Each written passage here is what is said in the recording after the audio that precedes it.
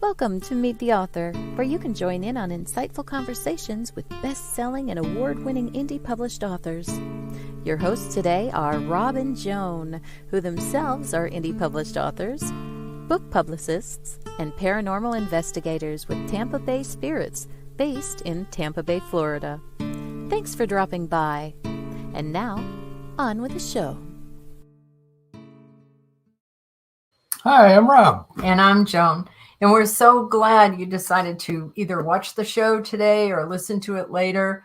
We're very, very happy that you chose to be in the audience. We really appreciate your comments. It what makes this show wonderful. And we're glad to be back after 2 months of traveling and one memorial show, that was hard to do if you tuned in. It was. Yeah. It was. But it's good to be back on the casual side of things. Yes. And Joe Conjal says, hi, Rob and Joan. Hi, hey, Joe. We're glad you're here.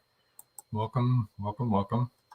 I want to remind everybody to tune in to Blog Talk Radio Voice of Indie podcast immediately following this show with Beam and Gary. Stay tuned as we sign off for a video on how to get over to that podcast. Coming up this Saturday is episode Rewind, episode 93 is Jeffrey Marshall.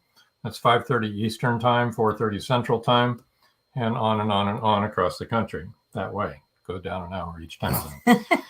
And in case you don't know how that works. When we were traveling, we became very aware of the different time zones. So I'm trying to include them a little bit more here and not just be an Eastern time zone unit here. Next Wednesday is at 7 o'clock. This show here, 7 o'clock Eastern, 6 o'clock Central, is Michelle Hansen. And she's going to introduce you to the world of seashell reading. Should be interesting. Yeah, I remember that. I've never heard of that, you guys. And you thought this was we're a all book things, show, and we're all things paranormal. Well, we're going to read seashells. Oh yeah, that's right. No, anyway. I don't know if that's paranormal or I don't either. No, that's probably not paranormal. And then next Thursday, August 31st, is our Haunted Campfire Tales for Tampa Bay Spirits. And you can watch it on Facebook on Tampa Bay Spirits page. And we're going to do a recap of our July 3rd investigation of the Haunted Hill House in Mineral Wells, Texas. So July 2nd, wasn't it? It was July 3rd. Oh, July 3rd. Yeah. You're right. You're right. But that's okay. It doesn't matter. It's recorded. So we'll still be able to see it. It's already been done. All right. And then in the news, we got some news here. Can we bring up the pictures here? In the news, we have Joe Conjal's Second Chances is available, I believe, on pre-order now. Magnolia Bluff Crime Chronicles entry for September. Sale the 20th, right? Yeah, on the September 20th, I believe. And it's that's something to look forward to. Go ahead and get on over there and pre-order that. It's bound to be good. Like the cover, Joe. Another one that's new is Maureen Morrissey's Seeing is Believing. That just came out while we were traveling, so I wanted to give that a mention. Yeah, it's pretty cool. Yeah. And then, of course, George Dismukes, his book came out while we were traveling too. Paradise, My Prison. It was available on Vella. Now you can buy the book, and I recommend it highly. Oh, me too. So we've got those things going on. That's it with the news. I probably forgot some people because we were traveling for so darn long. I'm sorry if we did, and I'll try to send me an email and let me know, and I'll be happy to mention you next week. So Marjorie Deering says, hello all. Hi, Marjorie. Glad you're here. Joy York says, hi, Rob and Joan. Joy. Hi, Joy. Your compadre on our Haunted Happy Hour thing is, no, that's wrong. That was last year. Different, yeah. Haunted Campfire. Haunted Campfire is going to be on tonight. And then Joe Conjal said, thanks, September 18th. Ooh, whoops. I said the 20th. Right. September 18th, you'll be able to buy it. And Paul Hollis says, hi, Rob and John. Hi, Paul. So glad that you're here. Oh, okay. All right. Well, that brings us up to date, I think. Yes. And shall we bring in Robin? Yes, we should. All right. Introducing Robin Maderich. Hello. Hi, Robin. We're glad that you're here. Also known as Jo Allen Ash in her writing. Yes. Joe Conjal wants us to know that it's on pre-order. Right. Yeah, we mentioned that first, Joe, that it's on pre-order. You can order it now. And it's coming out the 18th. So that's great. So how have you been, Robin? Good. Busy. Very busy. But otherwise I've been good. Hi, Joy. Hi, Robin. And Donald Johnson said, hello, Robin. Hello there, Donald Johnson. Yeah. I just want to thank again Joy and Robin both for being on with Jesse, and when we did our live stream from Haunted Hill House. It was fun. Yeah, it was exhausting. It was late. It was very late. You were all exhausted. We kept you all up. Paul says, hi, Robin. Hi, Paul. We were there another 2 hours trying to put everything Oh, away. my gosh. Yeah, we had to take down all the equipment that we put up before we went on the air. So we'd been there forever. Joy York said it was fun. Yeah, it was fun for us, too. I mean, maybe not the most active place we've ever been, to be honest. A little bit disappointed in our flashlight session. Usually they're much longer than that. Usually we can't get them to shut up. They keep talking. But she didn't have a lot to say. I think there was something there that was preventing her from speaking, if you want to know the truth. I have a new appreciation for people like the ghost hunters and all the work that they did, especially in the early years of all the equipment they put out and had to put back, and all the going through all the evidence and everything they had. Hats off to you guys. I don't think we could do it. They now have a team in a whole week. Yeah, they've got everybody doing all the the work for them. So we didn't have a team. It was just us. They still work. Well, we had a team at home. You guys. Joy York says we got to enjoy it, not have to take down equipment. Right. That's true. It was a lot of fun. So tune in a week from Thursday, because we'll show a lot of clips from we'll do clips and talk about it, and you can ask us questions and show you what evidence we did get. Joe Conjal said, I loved it. We still need to get out your way, because I bet we can find, well, I know that you've said we can find something haunted out there, Joe. So at NASCAR. We love to do that. One of our friends in Tennessee texted us the other day and said, this is what happened.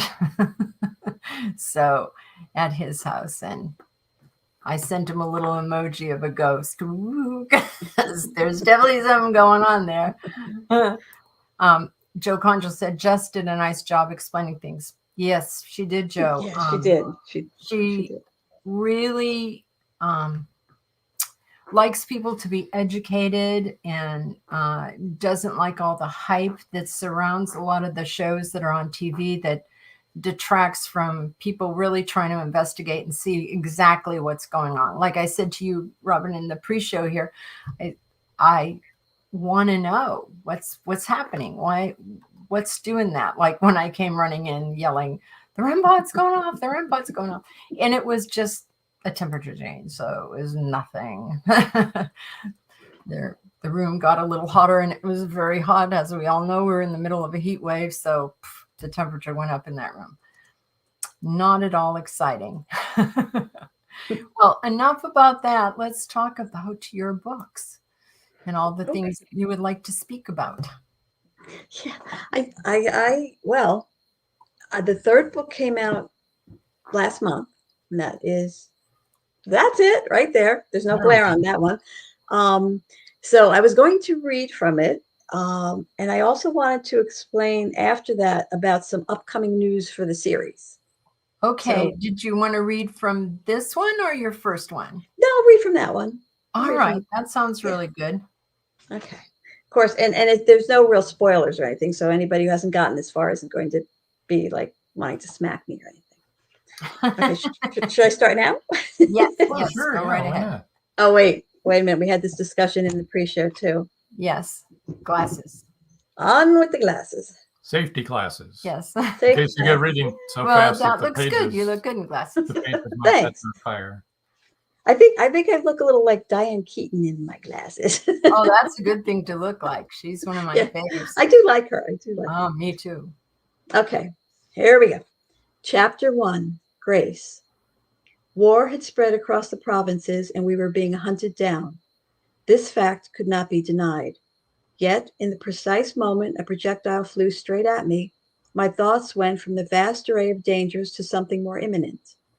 Something which, despite my warrior's reflexes, I found myself unable to avoid. Ow! I glared at Wren and wiped icy wet splatter from my cheek, rubbed the stinging tattooed flesh where the thing he dubbed a snowball had struck me. The midnight blue warrior's mark provided a good target for him, a place easy to pick out through the spiraling white flakes, easy to hit with the rough sphere. He had lobbed one already at everyone else, except Risa, of course. I knew he did not dare. Before I could say anything to him, another ball whizzed past my head, coming from behind me. It struck him square in the nose. He danced back, howling, his hands clapped to his face. After that, Wren's pranks degenerated into an all-out battle among the boys and Hannah. Karina, Risa, and I wisely stepped from harm's way. Karina, with her island heritage, felt the wicked cold more than the rest of us. For the first time since meeting her nearly white flesh showed a little color, but not in a good way. Suffused with blood in a reaction to the frigid temperatures, any skin not covered seemed shaded in an odd purple like misted paint.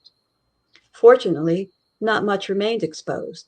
The night before last, we had cut up our blankets to wrap around our heads, our faces, our hands, to shove piecemeal inside our clothes and tuck around our feet inside our boots. We weren't going to use them again for sleeping. They did not provide enough warmth for that. Better to use them where they could do the most good. Born and raised in the desert provinces, I ran a close second reaction to the cold air and spinning snowflakes. Wren and Hannah were the only two who had ever seen this frozen precipitation, which made sense given where they came from. Duncan, Micah, and Risa were from Riley, the gambling moon, where, according to Duncan, only one season existed. I could not imagine such a thing. I liked the changing seasons, albeit changes far less drastic than what we had started experiencing here. Duncan performed an odd little twirl over to my side, dodging a thrown snowball. He bent to squint at my cheek, lips compressed, jaw jutting forward. All right there, Grace? Yes, I said, and shoved him away before a flung ice ball could miss him and strike me instead. Are you really all right? Karina asked. I nodded. She had not been referring to the snowball, I knew. Karina glanced at me again and away. At some point, you're going to have to tell them. Beside her, Risa had taken a step forward, brows lowered, frowning at the packed ice hurtling through the air. I'm surprised Hannah hasn't already, I said. She doesn't have a full understanding, and I've explained nothing to her, said Karina. It's your responsibility. I sighed. I know. For the past 3 days, Skelly had been silent in the crystal to which I had consigned him, snug in the bag hanging from its silk cord around my neck. My hand almost went there, almost lifted to touch the place of my jacket behind which the bag lay. Clenching my fingers into a fist, I kept them by my side. My friends had every right to know what I carried because it endangered them as much as it did me. Skelly endangered everything. I needed to know why. I needed to know how. I needed to know what could be done to save him or to stop him. Is that long enough? Excellent. Yeah, that was good. Thank you. That was excellent. George DeSmook says, I'm here, just got here, had to take Nadine to the dock. I hope that she's okay. Yes. But we're glad that you're here now, George. And Paul Hollis says, powerful opening. Thank you, Paul. Yes. Thank you. It was a very powerful opening. I was wondering if you could explain to us, and let me put up all of your covers, okay? Okay. Not all at once, one at a time. The Shadows We Make, number 1. Okay.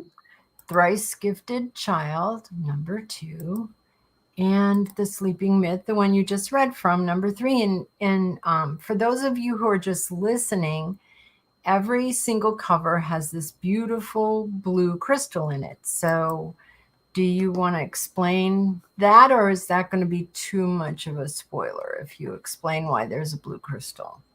Trying to think if it would be considered. Well, actually, I won't give a lot of detail, but Grace has an orb that she received from her brother that she feels it has been imbued with old magic, and it's broken at some point. And those crystals end up being a very important part of the story in various locations. So that would happen in book number 1, The Shadows We Make. Okay. And it carries through all of them.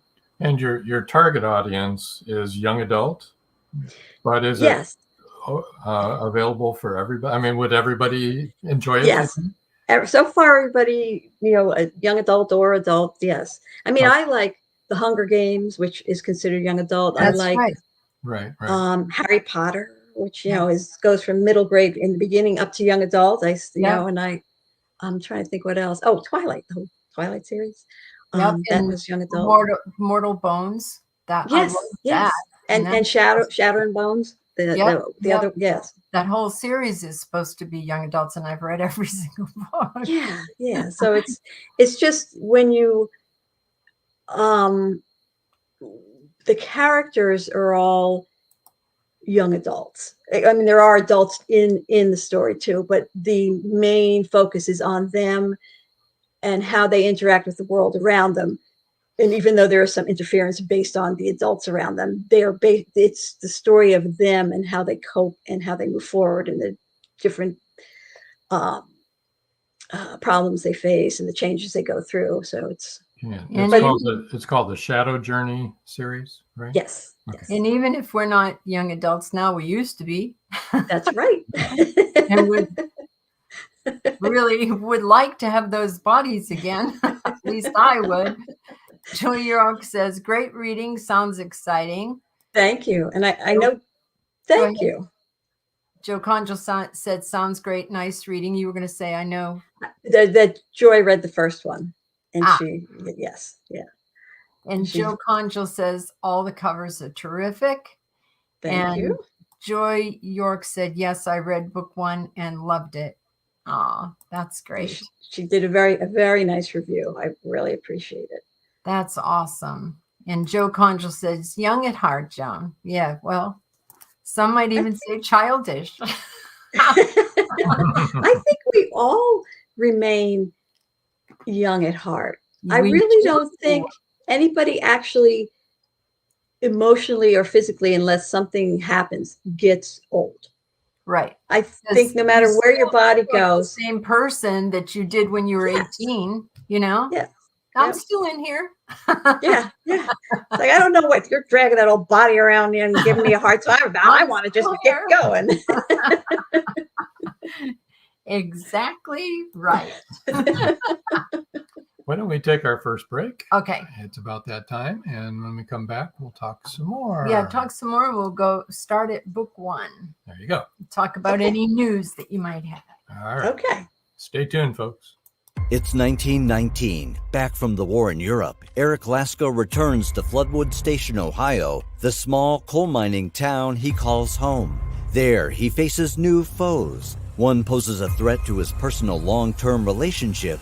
The other is lurking in the adjacent Hocking Hills State Forest, a vicious, incredibly lethal beast driven by bloodlust. An 11-year-old girl and an old man have seen the creature, but no one believes the claims of a young child and a known drunk.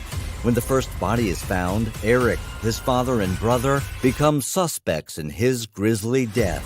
To clear himself and his family, Eric must prove the beast exists. As the gruesome body count rises, the immigrant miners realize what's stalking their town. Every country calls it by a different name, but the creature is the same. Werewolf. Who is it? The residents reach a conclusion, but are they right?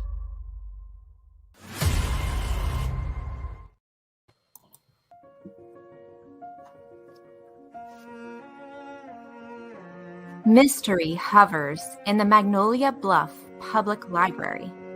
it has nothing to do with the hundreds of suspense novels on its shelves. Caroline McCluskey is the librarian. She finds a crimson hat and a black and white poodle puppy. They belong to Esther Williams. Esther is missing. The police can't find her. Neither can the FBI. Esther's only hope is a ring of 3 women investigators who form the Round Table. The Round Table has already solved one mystery in town, but this time, a woman's life is at stake. The Doggone Diamond Dilemma is now available on Amazon.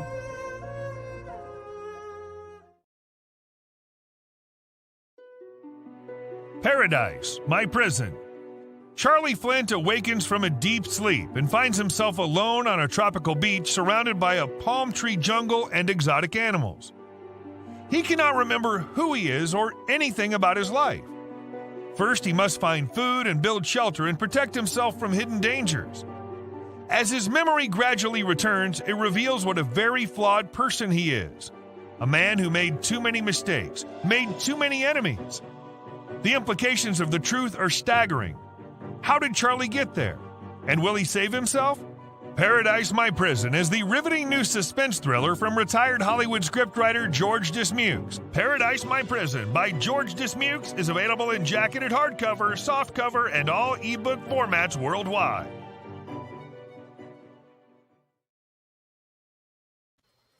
And we're back. Yes. And wow, all 3 of those books look so good. Yes, they do. And I'm amazed that Marjorie Deering, who's such a lovely person, can write such horror books. They're really It's what's deep down in her psyche. Oh, well, we write murder mysteries. I wonder what that says about what's deep down in Oh, okay, let me bring up book number 1 here. Enough silliness. Yep, now it's hidden. There you go. Sorry. There we go. The Shadows We Make. Can you give us a little recap of that one without telling the whole story? Yes. Grace is a desert warrior. She's 16 years old, and this is somebody, I mean, if you read where they show you part of the book on Amazon, you would know this much, so I can go ahead and say it. She has refused a bonding with a very powerful man. Well, he was not powerful at the time, but he wanted to bond with her family because they are well respected, and she refused them. So war has broken out in Citadel, and she's home alone because her parents have gone to Citadel as emissaries, and she's there by herself. Her brothers have gone off. And when she's there, this is all in the first chapter, so I'm not giving it anyway. Ships land.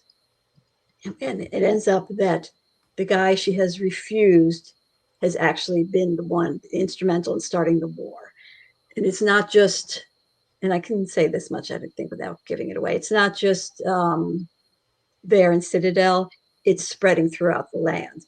And so she's tried as a traitor and is sentenced to death, but he sends her to the juvenile facility on the Emerald instead, basically because, at least this is what was in my head. I'm not sure if I said that much in the book, but because he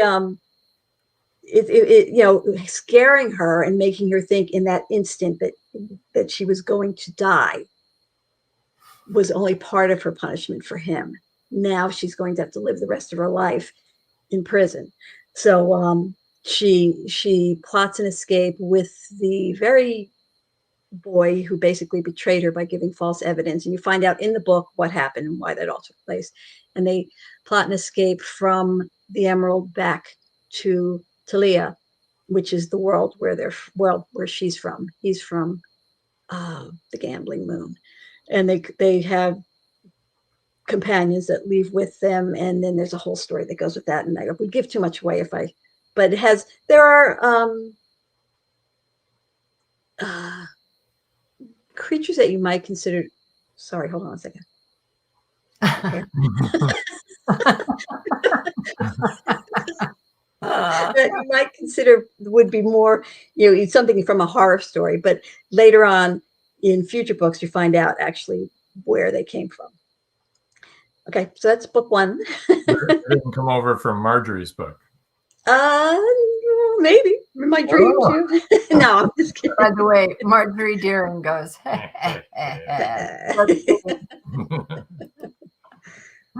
oh my goodness. And are you planning on doing anything new with any of your books, or? Yes, actually, with all of them, because when the last one is coming out next year. Originally I was thinking January, but it's actually been delayed, so it probably will be March. But because that's the final, I'm going to release it in hardcover first and then trade paperback. So I decided, as previous to that, to release the other 3 in special edition hardcover books. And it ends up that young adults prefer hardcover. And which actually is good. To me, that's actually a good thing, because I guess they prefer the whole experience of the physical holding the book in their hands. But so these hardcover books are also illustrated by me, not like graphic novels, but they have illustrations in them. The covers to the hardcovers are going to be different than the paperback. So this is the one for The Shadows We Make. Wow. Oh, nice. I'm sorry, I'm trying to get it out of the light. You can see it. We can see You it. can see it? Yeah. Okay. And I have 2 samples of 2 of the illustrations. There's this one. Whoops. Very nice. Okay. And it also at the bottom, it has a quote that's related to. This one says, well, Right. maybe I shouldn't. Oh no, I should, because I did say it. It says, over, it was over. I would die today. And that's her when she gets the sentence that she's supposed to be killed. And then this one is another one, and where this is the orb we were talking about, the crystal. Yeah. Mm-hmm. At one point, it's on the floor, and Duncan picks it up, and he's holding it, and he thinks he sees something in it, and then he decides it's just the light. So that's what that's illustrating. Right. Okay. And I don't have any more printed out. Can you show the book cover again? One more time. Sure. We have the Sure. close-up here. Okay, there we go. Shadows We Make. As in the crystal is in it. Oops, wait. Yes. In it. Yes. That's for the hardcover. Yeah. Yes. Okay, cool. All right, cool. And I have the covers for all of them. I should have printed those out. Sorry. Well, that's okay. All right. I know that one of our grandsons buys all hardcovers because he likes to collect books. Mm-hmm. So, starting a library, and it looks better as hardcovers instead of paperbacks. It's a circle of life. It's funny because sometimes I'll get a book for my Kindle, Mm-hmm. but I'll also buy it in hardcover because I want it in my library of books, permanently. Yeah. Mm-hmm. Mm-hmm. And then other ones that I know that I'm probably not going to read again or whatever, they just get the e-reader. But otherwise, yeah. So I have 2 books every, one I'm reading, and the one that I don't want to destroy in any way, shape, or form. Yeah. There you go. Exactly. Joe Conchal says, love the hardcover. And Thank Joy you. York says, I love that Grace and other female characters are strong. They act as equals. Yeah, that was very important to me because I'm not a tall person. So besides being female, I'm also not very big. And so many times in my life, it was assumed because A, I was female, and B, I was a little person, that I had no strength, that I had no, and so I was always standing up for myself. I mean, from the time when I started the 7th grade, I was 42 or 44 inches. I was really short, but God forbid you crossed me. Yeah. Mm-hmm. Yeah. And then I grew in the 7th grade to, I don't know, 4'8", I guess. So I must have been 42 because I remember it was quite a few inches and it was very painful because my legs were killing me. And then I only grew another, I don't know, few inches. I'm only 5 foot, half an inch right now, but I always thought my license says 5'1" because I'm like, yeah. Our daughter Susan is petite also, and she was a very tiny baby. All of our babies were huge, and Susan was 5 pounds 18 inches. So she was like, I was afraid to pick her up, and she's still petite. And when she was in 2nd grade, her class went on a field trip, and everywhere they went, the teacher held her hand, nobody else's, just Susan's.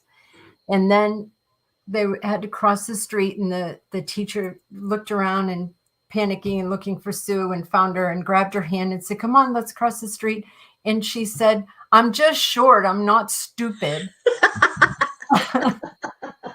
So I know exactly how you feel because of my daughter. It's like, I'm short. I'm not stupid. I'm not weak. I remember standing on the curb, and it's a horrible thing to say. There was these boys were playing softball in the street, and they must have been giving me a hard time, or someone else. Usually I was defending someone else. So I got up on the curb and I called the one kid over and I punched him straight in the face. Oh my goodness. I'm sorry, I shouldn't laugh. But when my kids did stuff like that, my first inclination was to laugh. I'm sorry. Oh no, I know. But I mean, he had to be, I wasn't one to usually like lash out like that on my own behalf, but he must have been riding somebody else and making them miserable. You had to stand up for somebody. Yeah. And Joe Conchel says, "Don't feel bad, Robin. I'm the height of the average female, LOL." What is the height of the average female, Joe? 5'6". Okay. George Dismuke says, "Dynamite ain't very big either." That's right. Very true. Oh, watch out. Yeah, that's for real. And Joy York says, "Sometimes it is a good thing to be underestimated. It catches people by surprise." That's true. That's a really good point. And, it's so funny because I'm really emotional in I'm hearing you say that. I was never particularly short or particularly tall, 5'7", I think. Now I'm 5'6" because I'm shrinking. But I've always been very emotional, and I'll cry at lots of things. I cry when I'm happy. I cry when I'm sad. You're kidding. I cry when somebody else is crying. Definitely. Yeah. Anybody has to start crying, that sets me off. But I cry when I'm angry, and people would take it as a weakness, And I'm thinking, oh, if you only knew you are this close to having your head knocked right off your neck. Oh, Donald Johnson looked it up. He said average height in U.S. for women is 5 feet 4 inches. Oh, thanks, okay. Google. Thanks, Donald. All right. Thanks, Donald. It was like 5'6". I thought I was average, but I guess not. Gee, you're tall for a woman. Yeah, I'm above average. Yeah. Yay. Oh, what was I going to say? We don't know. I don't know. I was going to say something probably along the lines of, wanting to beat men up. No, I'm just kidding. No, I'm just kidding. Sorry. I take that back. Maybe this would be a good time to break for a commercial, our last set of commercials here. And then when we come back, we'll tell people where to find you and about what you got coming up. Oh, wait a minute. Okay. So, Donald, when we come back, we'll discuss this. He has a question. So what do we have to look forward to in the last book? We'll talk about that when we get back. Okay? Right now, we'll take a quick commercial break and hear a word from our sponsors. Stay tuned, all. The clock is ticking. Can Gracie uncover the truth? Philip Pliant is the wealthy opportunist plastics dealer and CEO of Pliant Industries. He's also a master thief, creating a pervasive threat to the manufacturing infrastructure in the Caribbean islands markets. With the cartel as his stealth client, the naive city leaders have been seduced, enabling the production of more than three-dimensional building materials. The expected profits are monstrous. Is the art group, now led by Gracie and the family heirs, strong enough to win against this predator? Can JJ's cats act on the root cause analysis in time? Will Gracie be able to squash Pliant and the cartels? Gracie never considered their lives would hang in the balance. The clock is ticking. 5, 4, 3.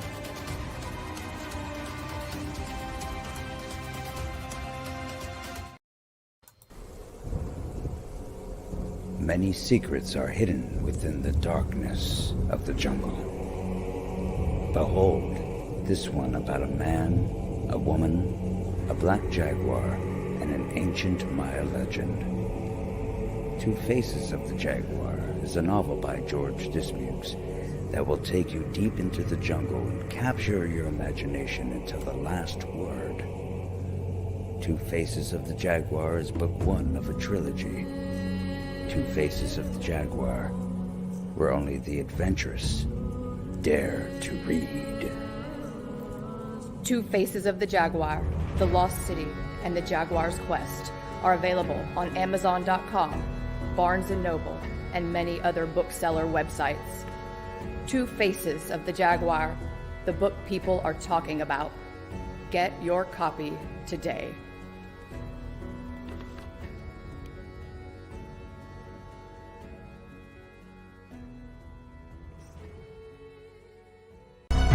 Madison Jackson loved being a cop.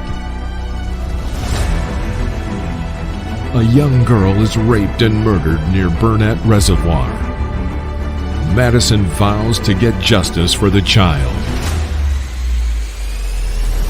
Madison travels to the heart of Mexican cartel country.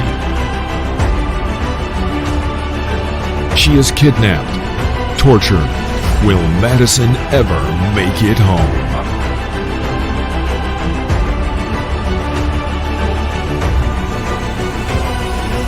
Justice by Kelly Marshall, only at Amazon.com. And we're back. We're back. And we're back with Donald's questions. So what do we have to look forward to in the last book? Okay. Well, I can't say too much because those who haven't read up to that point, it would give a lot away. But I know that Donald was concerned because two characters, he was like, why did you cut them out of the story? And I said, here's a hint, I'll be back. But also, everybody sort of comes into their own because the war has really progressed. And it ends up that, that comes out in book 2. Well, anyway, I think it still doesn't give you everything, but there is one particular power behind everybody who is involved in these battles. So Grace and Duncan and Micah and Karina have a destiny that they are going to meet. And I can't say anymore. Donald says, yay. Okay. But I did have something else to say about the shadows we make. And this cover here, even though this is for the hardcover, if it was picture it square, it's also the cover for an audiobook that will be coming out. And I'm not this one? Yes, of that one. Yes, for the shadows we make. And I'm not exactly sure when, because the narrator has said that she expects she could probably have it, the whole production completed by Halloween, maybe a couple of days later. But I don't know how long the process is afterwards for it to be approved. Sometimes it takes a while, and sometimes not. But they are very nitpicky, and So I can't say when that's coming out, but for those of us who like our earbuds in for our books, it'll be here soon. And if it goes well, then they'll all end up going that route. That's exciting. People do love audiobooks. I know, like I told you earlier, Jessie and her husband both listen to audiobooks while they're working and while they work out and while they're driving. And yep. And me, I like an ebook, but I'm like you. I like to have the book in my bookcase because I like to read it. That's what a bookcase is for. No, because I like to read the books again. And, I find the experience is different. Like when you're reading on the, like an e-reader, you're still immersed in it, but it's more like you're getting the information almost the same as if somebody had put it on your computer screen and you're reading it. You're getting what it means and you're enjoying it and everything. But when you pick up like a book, it's like you have control of it and now it's sucking you in. It's got control of you. I don't know. I like having plus it smells like paper. It smells like a book. That is the best smell, isn't it? When you open up the box and had your first book in it, wasn't that smell amazing? And wasn't that the most wonderful thing ever? I mean, it really is. And when I read a book, I mean, I will fall in love with the characters, You grow very fond of the characters and they become real to you, And I like to go back and visit them in the book form and how the way I see them in my head and, and the book is like their home. Yes. The book is like, this is their house and they live in here with me. I'm going to take them out and visit them. And what I didn't expect was that I would feel that way about our characters that we write, that they became real to me. Yes. And they are, they're not just like figments of your imagination. They really, because of where they're coming from in your head, in your brain, through all the forces of what and who you are over all the years have come together to create various characters. So they're not like, you couldn't, I don't think, this is just my opinion, I guess, I don't think you could create a successful character if they had nothing to do with you and who you are. Oh, I think you reveal a lot about yourself in your characters. Yes. So you're like kick-ass heroine. That's why I say writing murder mysteries is very hard. This is how I get. Yeah, watch out. You're always looking over my shoulder. Be nice to you. Yeah.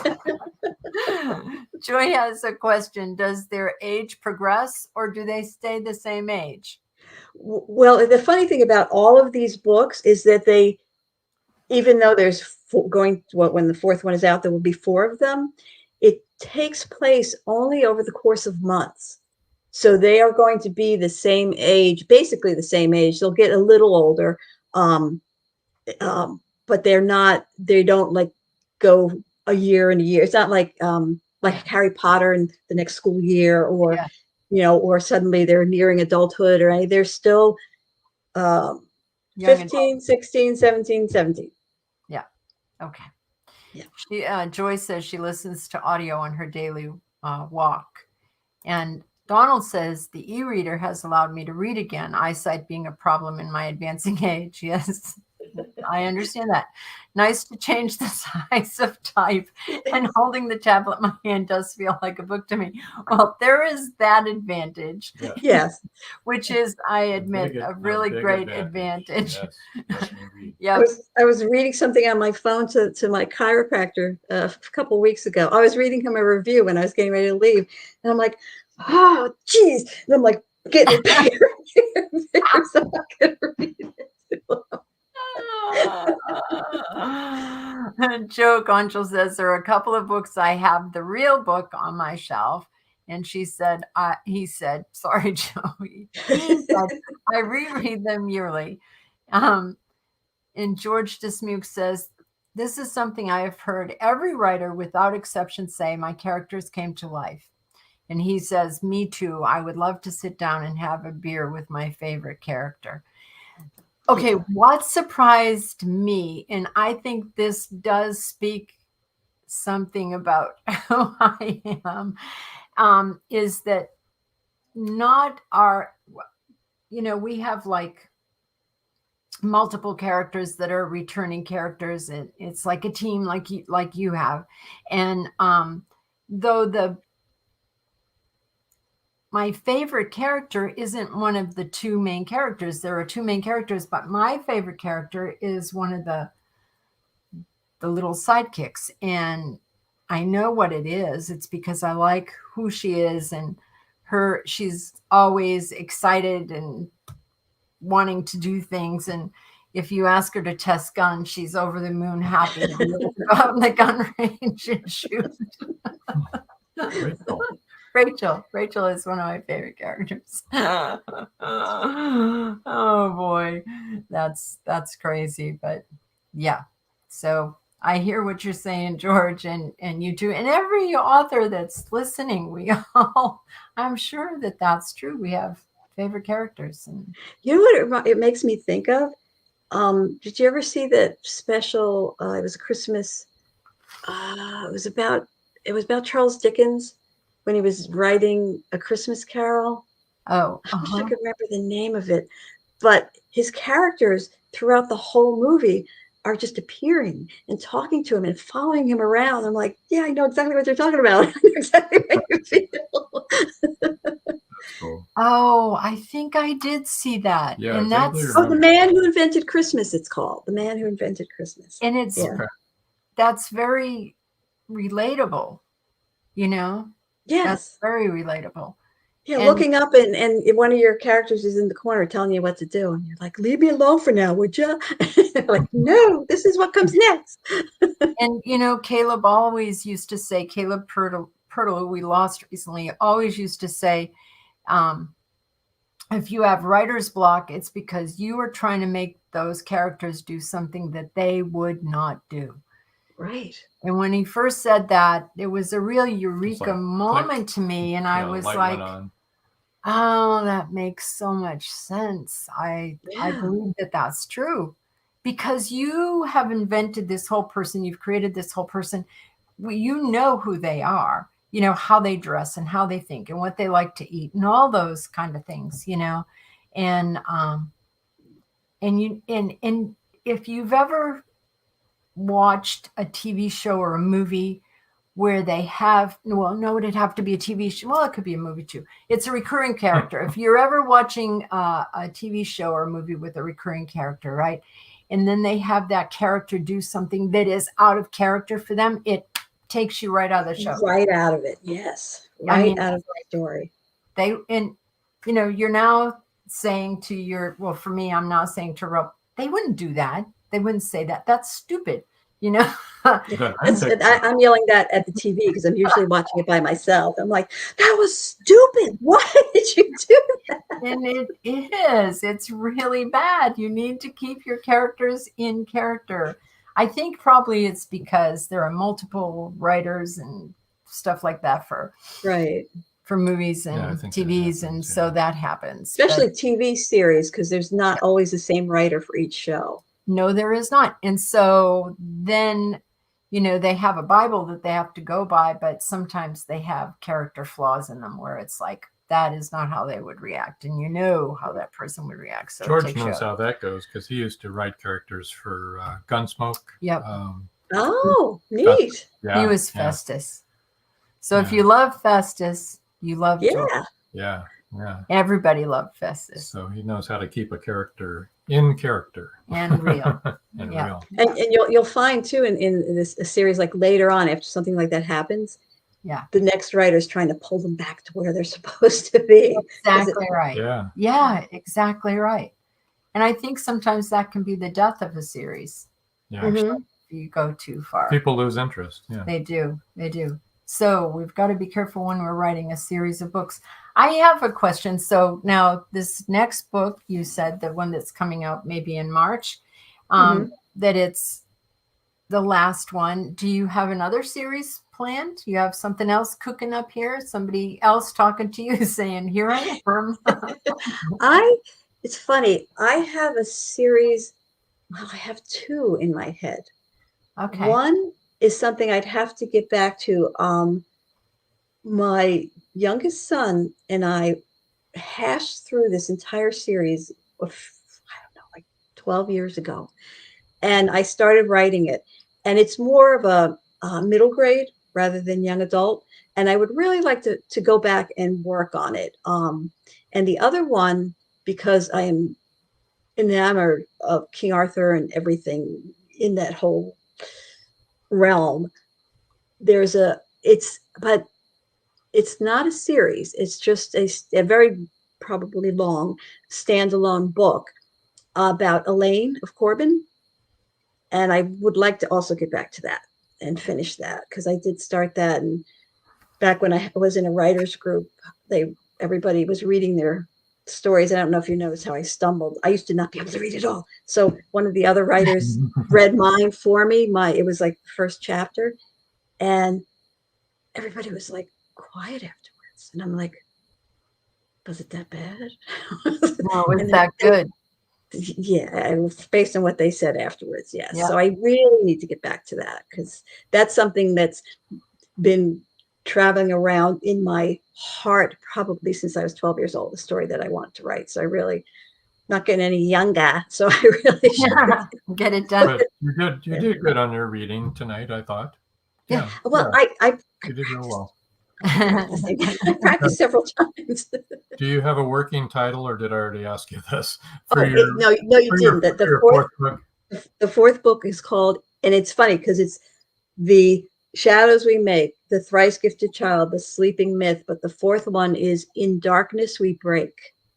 Oh, okay. So it's a different title, but that's because it's... But it rhymes. Yes. Yes, it does. Okay, Joe. It has the same cadence.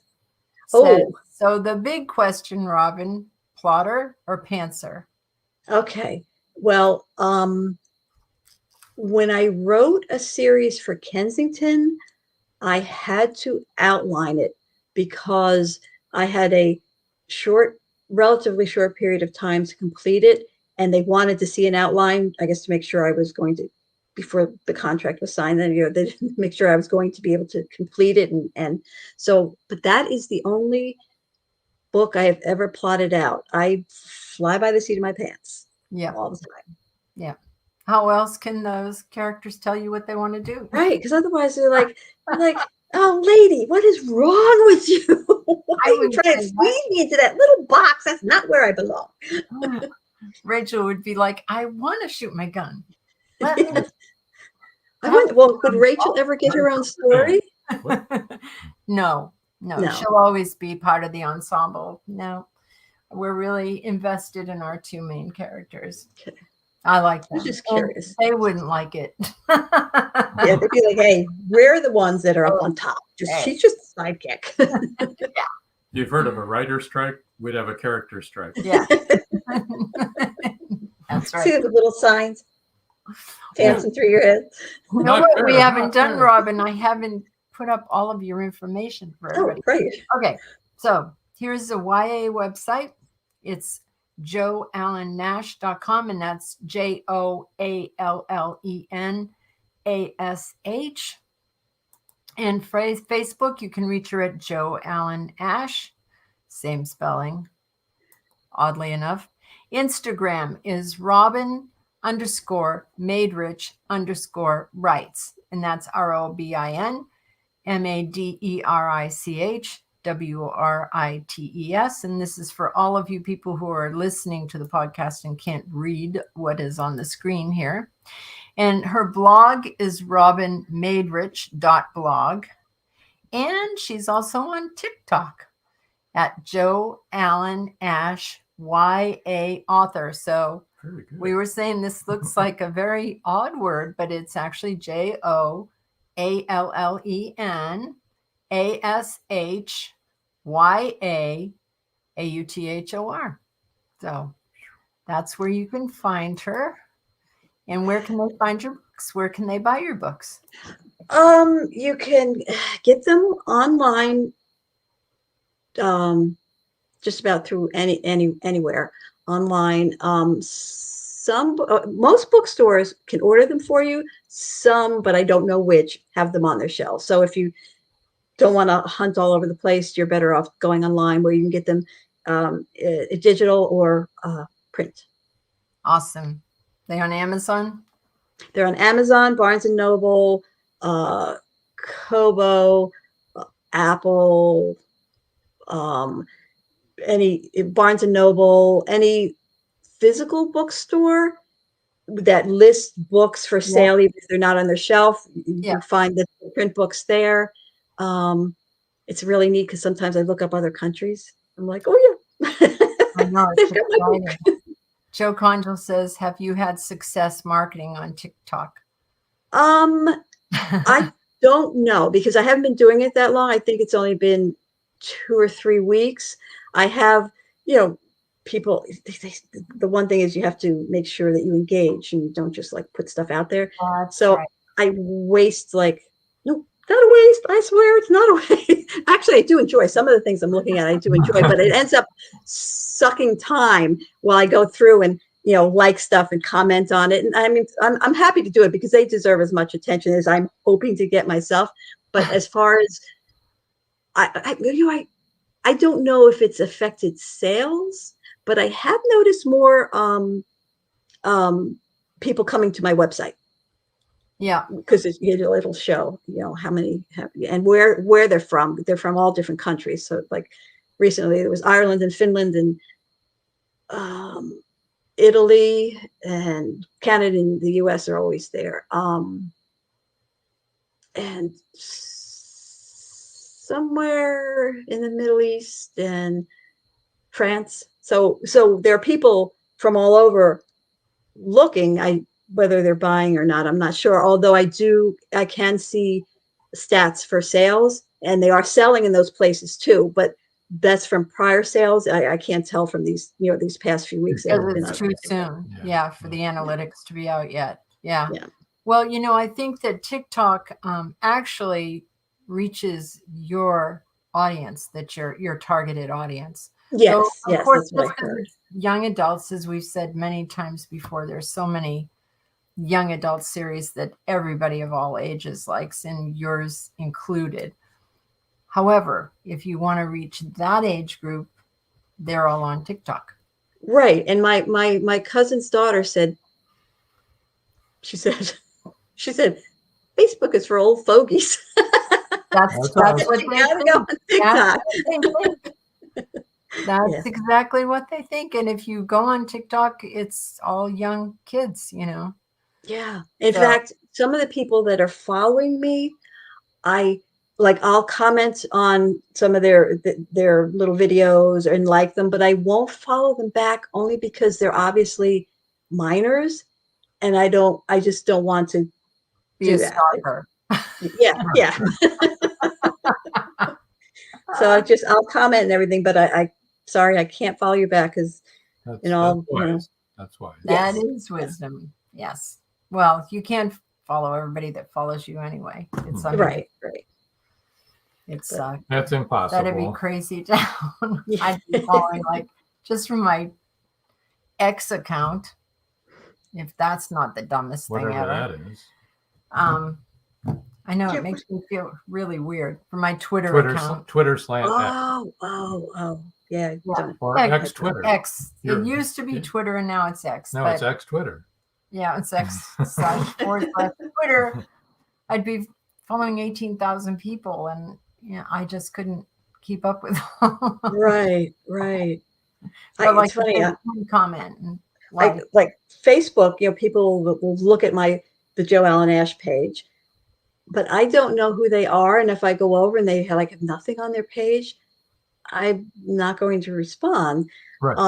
But I did respond to someone on my personal page who sent me a friend request because they were friends with somebody I knew. And then I got an instant message that said, "Miss Robin, I want to be your daughter. Delete."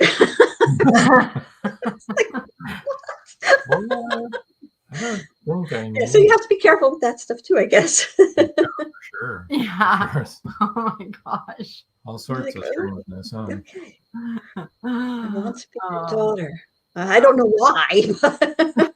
Maybe explain it to me and I'll think about it. There you go. Maybe you should talk to my kids. Yeah. You could change your mind after that, believe me. Oh, this has been fun. Yeah, Robin, it's been great having you on. Yeah. Is there anything else you would like to talk about? I think I covered everything that all the news, the exciting stuff coming up, and got to talk to you guys, which I always love, and to all the guests. Yes. Well, we really love talking to you too. And without you and Joy, I think that our haunted, I'm going to say happy hour again. Why do I keep What is a haunted happy hour? It's a group that we belonged to for years and made really good friends there. And it was like a lifesaver during COVID, during the lockdown, when none of us could go anywhere. Right. And, made some really, really good friends. And it was all people involved in the paranormal. And the girl that started it has a ghost tour. She owns a company that does ghost tours, and she has a shop now in her New Jersey, hometown in New Jersey.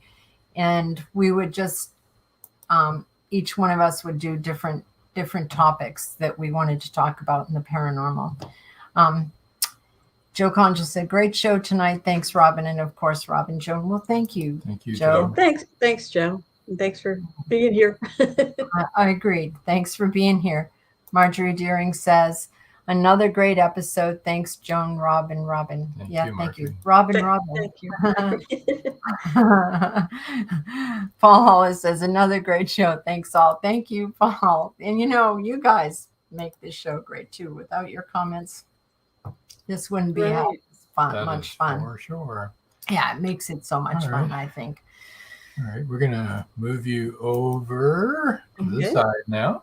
And again, thank you so much for joining us. Episode rewind this Saturday, right here where you're watching right now. You can catch it 5:30 Eastern time. It's Jeffrey Marshall episode 93. And then next Wednesday, Michelle Hansen right here, same place, same time, same bat channel, talking about the world of seashell. See, on TikTok, they wouldn't know what the heck you were talking about. I know. I don't even know what I'm talking Joy about. York says, I agree, Joe. Great show. Thank you, Joy. And George Dismuke says, kudos. Thank you, George. Thank you all for being here and being a part of the show. Yes. Really appreciate it. So, until next time. That's all, folks. Night. Live every Wednesday, your Voice of Indie hosts Beam Weeks and Stephen Gees welcome authors, musicians, publishing industry pros, artists, and assorted creative guests for an exciting interactive hour. Call in during the show or post questions and comments on Twitter for responses in real time. Meet your favorite indie creators, learn inside tips, network, and promote your work. The link for each week's show is pinned on Twitter atop @VoiceOfIndie. And you can receive the link every Wednesday morning in your inbox by subscribing to our newsletter at freshinkgroup.com. Check out Voice of Indie every Wednesday on Blog Talk Radio and catch hundreds of episodes archived everywhere from our websites to our YouTube channel and Spotify. Thank you for joining us here on Meet the Author. Make sure you stay up to date with our show by clicking like, follow, and share. And you can find us on Spotify, iTunes, and more. See you next time on WLFE-DB.com.